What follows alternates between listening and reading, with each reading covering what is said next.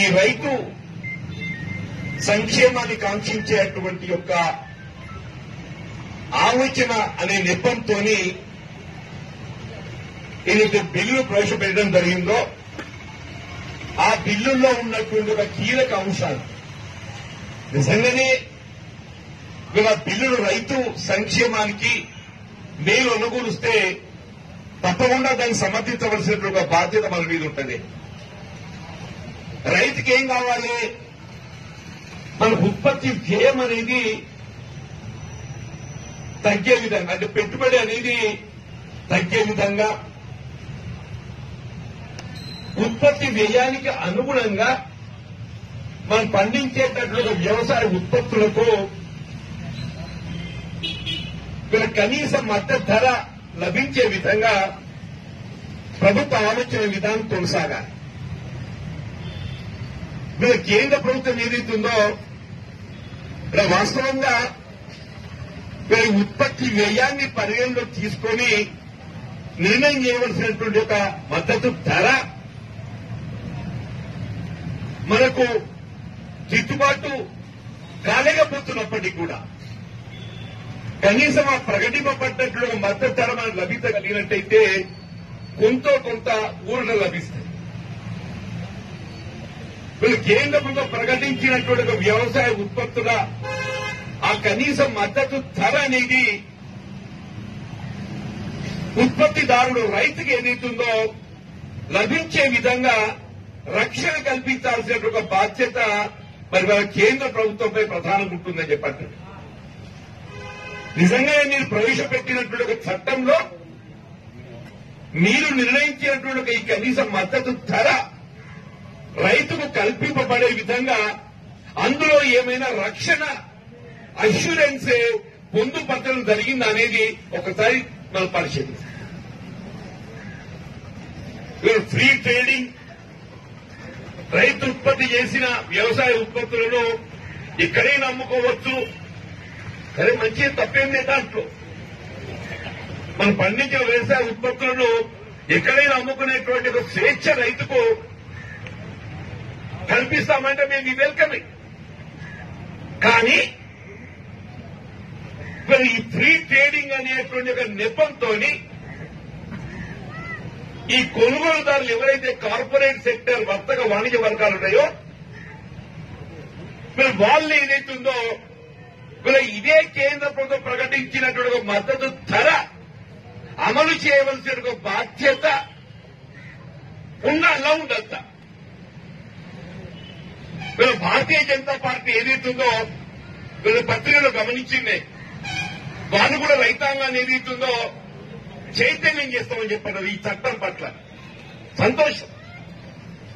మీరు రైతాంగాన్ని చైతన్యం చేయబోయే ముందు మీరు ప్రవేశపెట్టిన చట్టంలో కేంద్ర ప్రభుత్వం ప్రకటించేటటువంటి మద్దతు ధర రైతుకు లభించే విధంగా అందులో ఎక్కడైనా ఒక్క అంశమైనా రక్షణ పొందుపరచబడ్డదా మీరు చూపెట్టండి.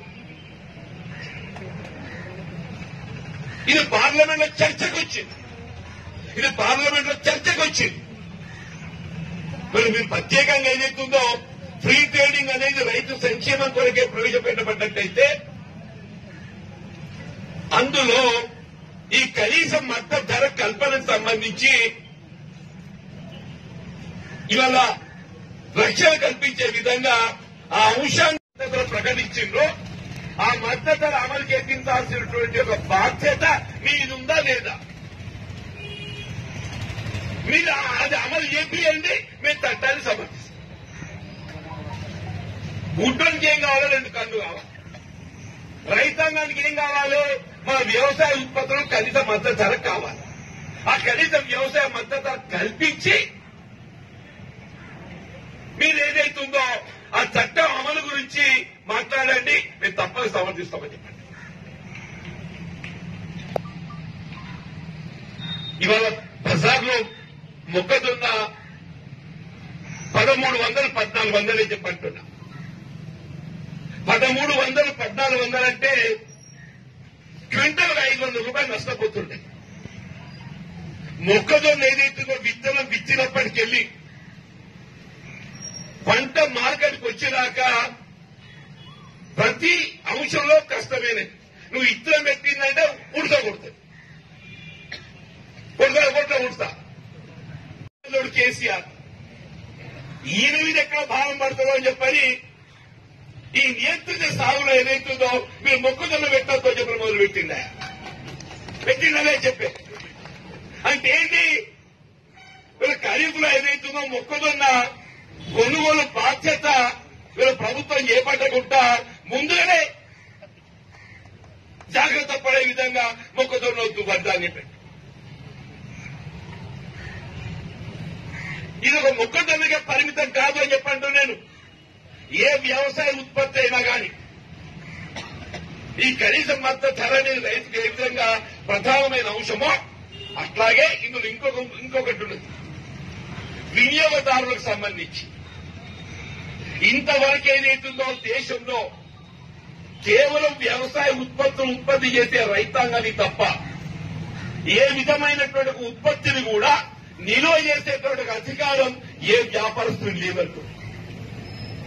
నేను పండించే పంటను నేను నిల్వ చేసుకోవచ్చు. నెల కాదు, 2 నెలలు కాదు, 6 నెలలు కాదు, ఏడాది నిల్వ చేసుకోవచ్చు, తప్పలేదు. కానీ ఒక వ్యాపారస్తులు ఏదైతుందో ట్రేడింగ్ పర్పస్ వ్యాపార నిమిత్తం ఏదైతుందో వ్యవసాయ ఉత్పత్తులను కొనుగోలు చేసి నిల్వపై చేసేటువంటి అధికారం లేదు. అది ఎసెన్షియల్ కమాడిటీస్ యాక్ట్ కింద ఏదైతుందో అది నిలవరింపబడ్డది, నిరూపించబడ్డని చెప్పండి. మీరు గమనించండి ఇవాళ మార్కెట్లో పరిస్థితి అని చెప్పంటున్నా. పప్పు దినుసులే కానీ, నూనె గింజలే కానీ, వినియోగదారునికి సంబంధించి ఏ వస్తువు అయినా కానీ చెప్పంటుండే ఈ ధరలు పెరగడానికి కారణం ఏంటే వ్యాపారస్తులు ఏదైతుందో దీన్ని స్టోరేజ్ చేసి బ్లాక్ మార్కెటింగ్ చేయడం కాదా.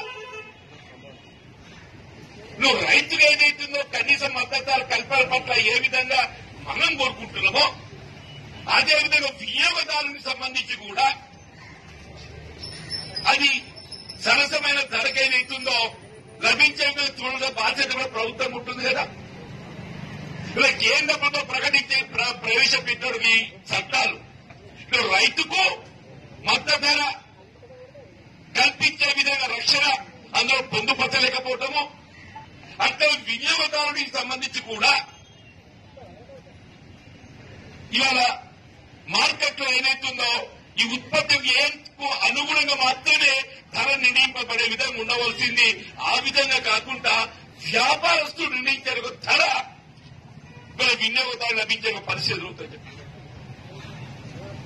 కేవలం కేంద్ర ప్రభుత్వం ఏదైతుందో ఆల్రెడీ ఏ విధంగా ఇప్పుడు మిత్రులు పేర్కొన్నట్టు ఏ విధంగా ఈస్ట్ ఇండియా కంపెనీ వ్యాపార నిమిత్తం భారతదేశానికి వచ్చి దేశాన్ని ఆక్రమించుకోవడం జరిగిందో అదే గుజరాత్ చెందిన వెస్ట్ ఇండియా కంపెనీలు అది అదానీ గాని అంబానీ గాని వ్యాపారవేత్తలు ఏదైతుందో ఈ భారతదేశ సంపదను దోచుకునే విధంగా ఏదైతుందో ఈ కుట్ర కొనసాగుతుందని చెప్పారు. ఈ వాస్తవ విషయాలు ఏదైతుందో ప్రజానికానికి తెలియజెప్పాల్సిన బాధ్యత మన మీద కాంగ్రెస్ శ్రేణుల మీద ఉందని చెప్పండి. ఇది మరొకసారి భారతదేశం ఏదైతుందో ఇలా ప్రైవేట్ యాజమాన్యాల చేతిలో మళ్లీ బానిసలు కాబోయేటట్టుగా దినం రాబోతుందని చెప్పని నేను పేర్కొంటున్నాను చెప్పండి.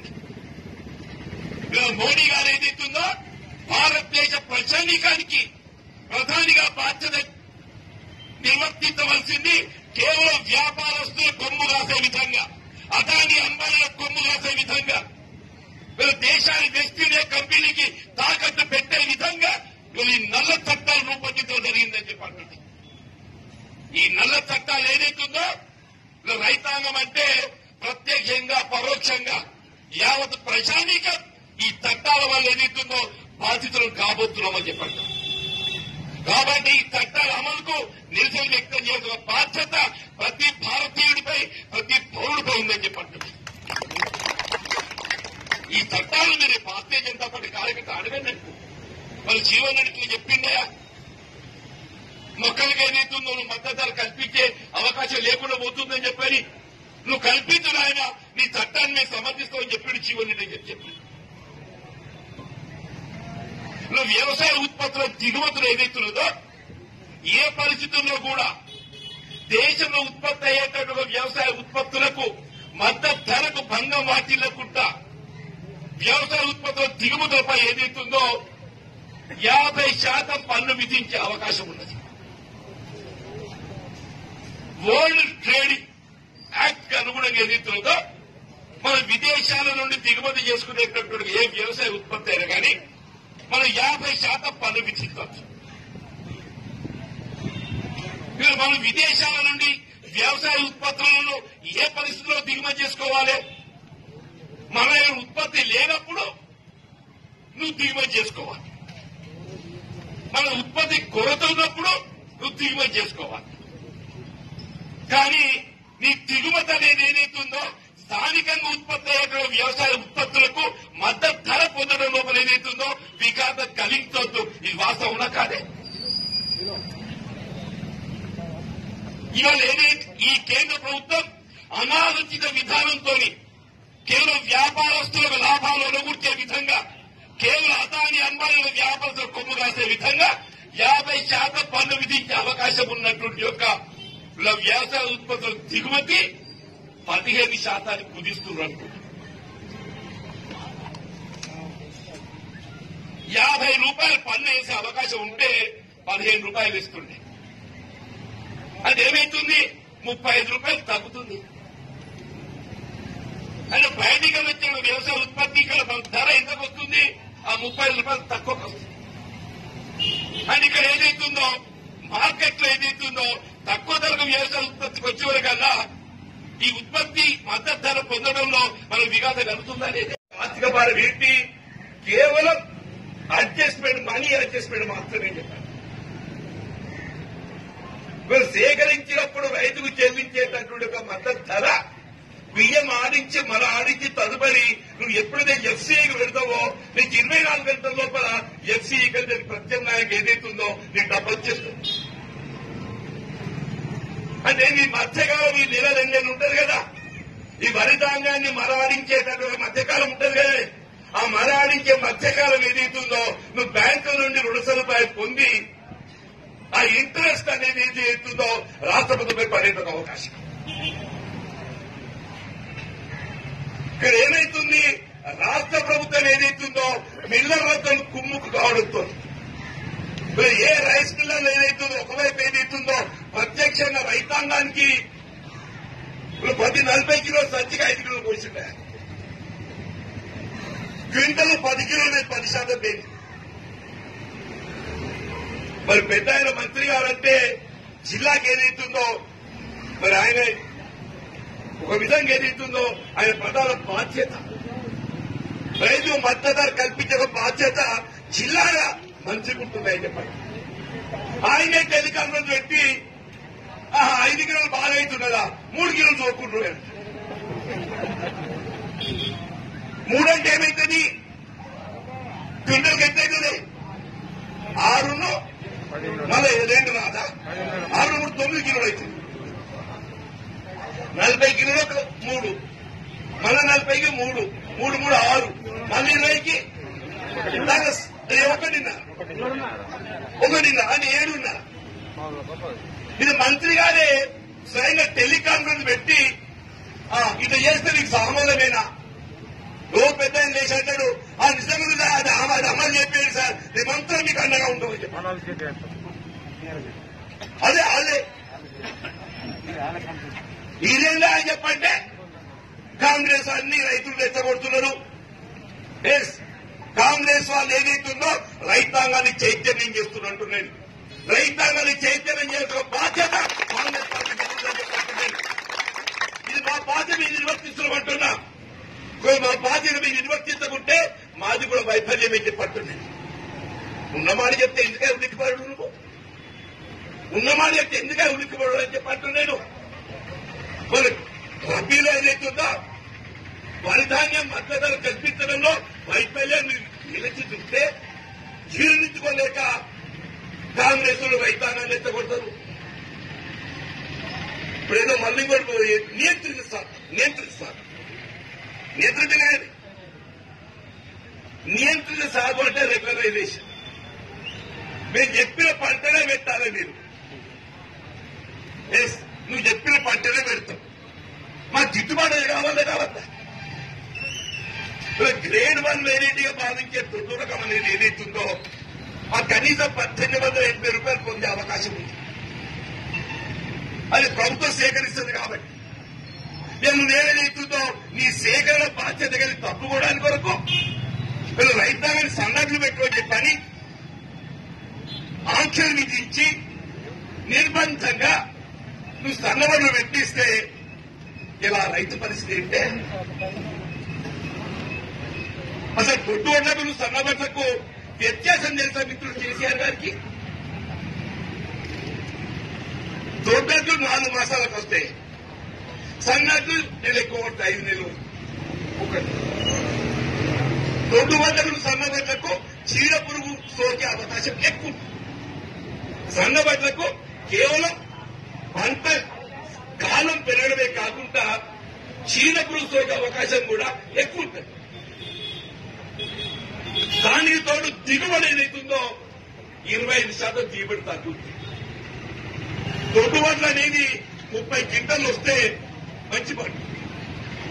సన్నవడ్లు ఎంత మంచి పంట వచ్చినా 23-24 క్వింటల కంటే ఎక్కువ రాదా? ప్రతి ఎకరాకు మనం ఎంత తక్కువ వస్తాయి? 5 నుండి 6 క్వింటలు 7 క్వింటలు తక్కువ వస్తాయి కదా. అని ఎకరా మీద 10,000 రూపాయలు రైతు నష్టపోతుంటుంది దొడ్డు వడ్లతో కంపేర్ చేస్తే. మరి 10,000 ఏదైతుందో ఎవరు భర్తీ చేయాలి? రాష్ట్ర ప్రభుత్వం భర్తీ చేయాలంటున్నాయి. ఎందుకు? ఈ నియంత్రిత సాగు అనే నెపంతో రైతాంగాన్ని నిర్బంధంగా నువ్వేదైతుందో సన్నబడ్లు సాగు చేసే విధంగా నియంత్రించినావు కాబట్టి ఇలా సన్నబడ్లు గిట్టుబాటు అయ్యే విధంగా ప్రతి క్వింటల్ కు 2,500 రూపాయలు ధర కల్పించడం బాధ్యత నేను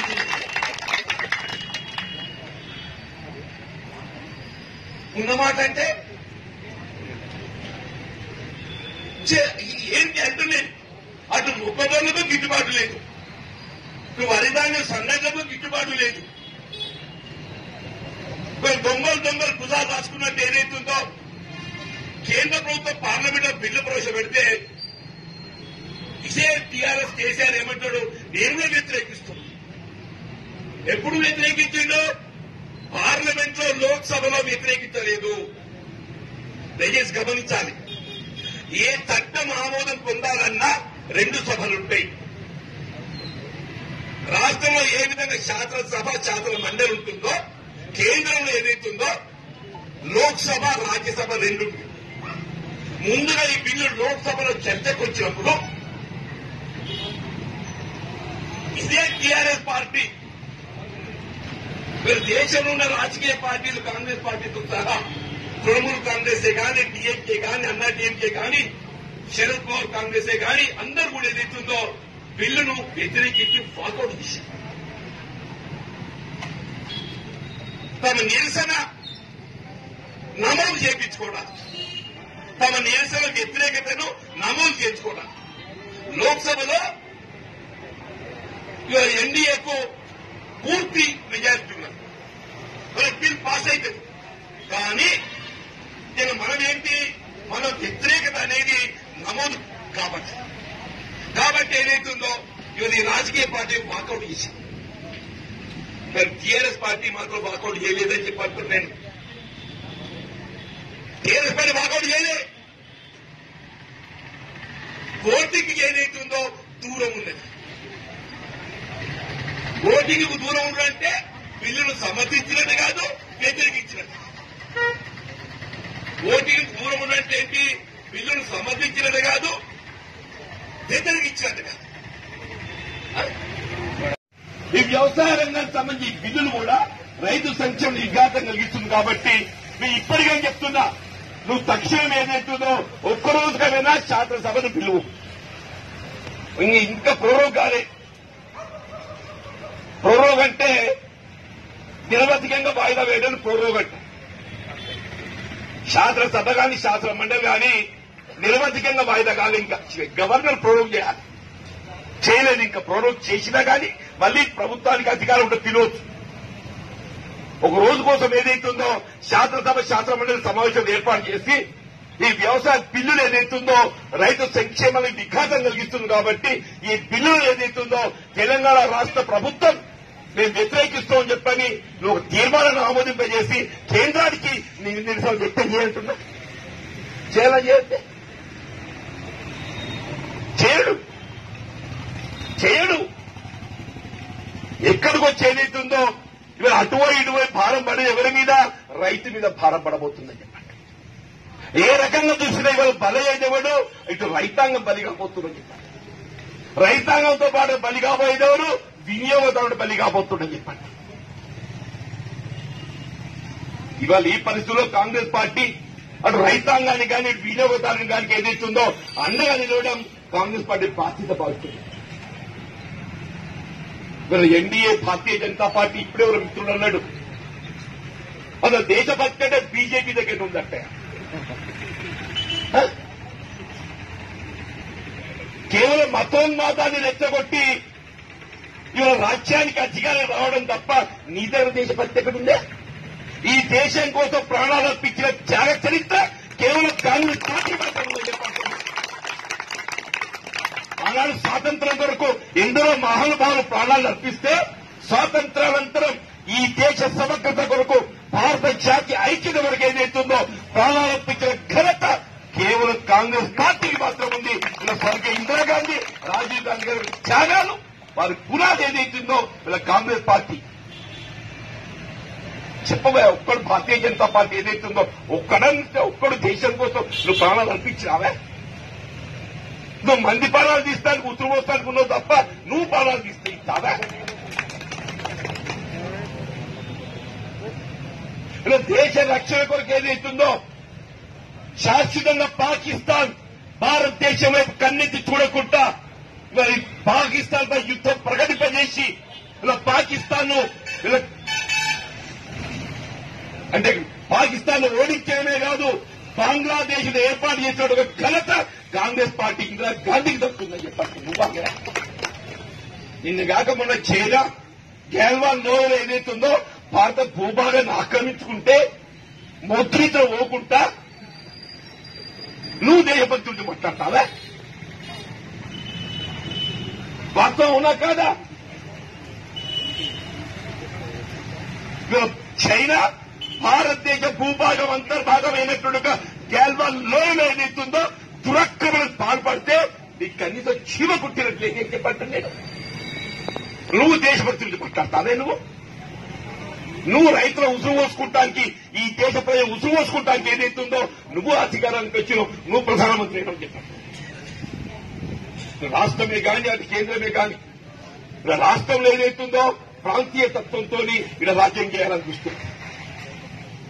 ప్రాంతీయ భావాలను రెచ్చగొట్టి అధికారం చేయాలని చూస్తున్న కేసీఆర్ అని చెప్పారు. అక్కడ ఏదైతుందో మతతత్వాన్ని రెచ్చగొట్టి మతోన్మాదంతో రాజ్యం చేయాలని చూస్తుంటూ అక్కడ కేంద్రంలో బీజేపీ అయితే పట్టున్నాం. వాస్తవం కాదా? అక్కడ ఒక పార్టీ మతోన్మాదంతో రెచ్చిపోతుంది, ఇక్కడ ఒక పార్టీ ప్రాంతీయ వాదంతో ప్రజానికం రెచ్చగొడుతుందని చెప్పండి. ఇలా పేపర్ చదివిన పొద్దున అన్ని పేపర్లు వచ్చింది, ఒక పేపర్ కాదు.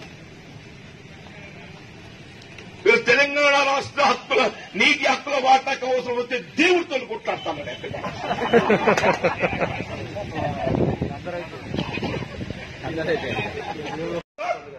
పోతిరెడ్డిపాడు కేవలం 40,000 క్యూసెక్ల వాటర్ ప్రవహించేటట్టు కాలువ తవ్వుతేనే మనం తీవ్రంగా వ్యతిరేకించాం. ఇవాళ 1,00,000 క్యూసెక్లు నీరు తరలిస్తున్నాం. 1,00,000 క్యూసెక్లు నీరు అంటే ఆనాటి కంటే ఈనాడు రెట్టింపు కంటే ఎక్కువ నీటి తరలించుకుపోయేటువంటి విధంగా టెండర్ ప్రక్రియ చేపట్టి వాడు పనులు మొదలు పెడుతుంటాడు. వాడు పనులు మొదలు పెడుతుంటే వాడిని ఆపే ధైర్యం నీకు లెక్క అదే కంపెనీతో కుమ్మక్కి అదే వాడు మెగా కృష్ణాడు. అక్కడైనా వాడు ఇక్కడైనా వాడే. ఆంధ్రలో డిజైన్స్ వాడైతాడు, తెలంగాణ డిజైన్స్ వాడైతాడా? తెలంగాణలో కాళేశ్వరం ప్రాజెక్ట్ ఎట్లా కట్టాలి ఇదే మెగా కృష్ణాడు చెప్తాడు. ఆంధ్రలో ఏదైతుందో ఆడ నీటిపారుదల ప్రాజెక్ట్ ఎట్లా కట్టాలో అదే మెగా కృష్ణాడు చెప్తాడు. ఈడ ఆడ చెప్పినట్టు ఉంటాడు, ఆడ చెప్పినట్టు ఇచ్చాడు. ఈడాదే కృష్ణాడి కాంట్రాక్ట్లు, ఆడాదే కృష్ణాడి కాంట్రాక్ట్. తెలంగాణ రాజ్యం చేసి ఇదే మెగా కృష్ణారెడ్డి, ఆంధ్ర రాజ్యం చేసేది అదే మెగా కృష్ణారెడ్డి. నేను దేవునితో కొట్లాడు, దేవునితో కాదురా నాయన. ముందైతే పొరుగు రాష్ట్రం ఏపీ జగన్ రెడ్డితో కొట్లాడి శాతం ఆ నీటి చౌర్యాన్ని ఆపు అంటున్నా నేను. తెలంగాణ హక్కులను తాకట్టు పెట్టి శాశ్వతంగా తెలంగాణ హక్కుల ప్రయోజనాలను నువ్వేదైతుందో శాశ్వతంగా ఫలిస్తున్నావు. నువ్వు నీ ప్రయోజనాల కొరకు అని చెప్పని నేను పేర్కొంటాను.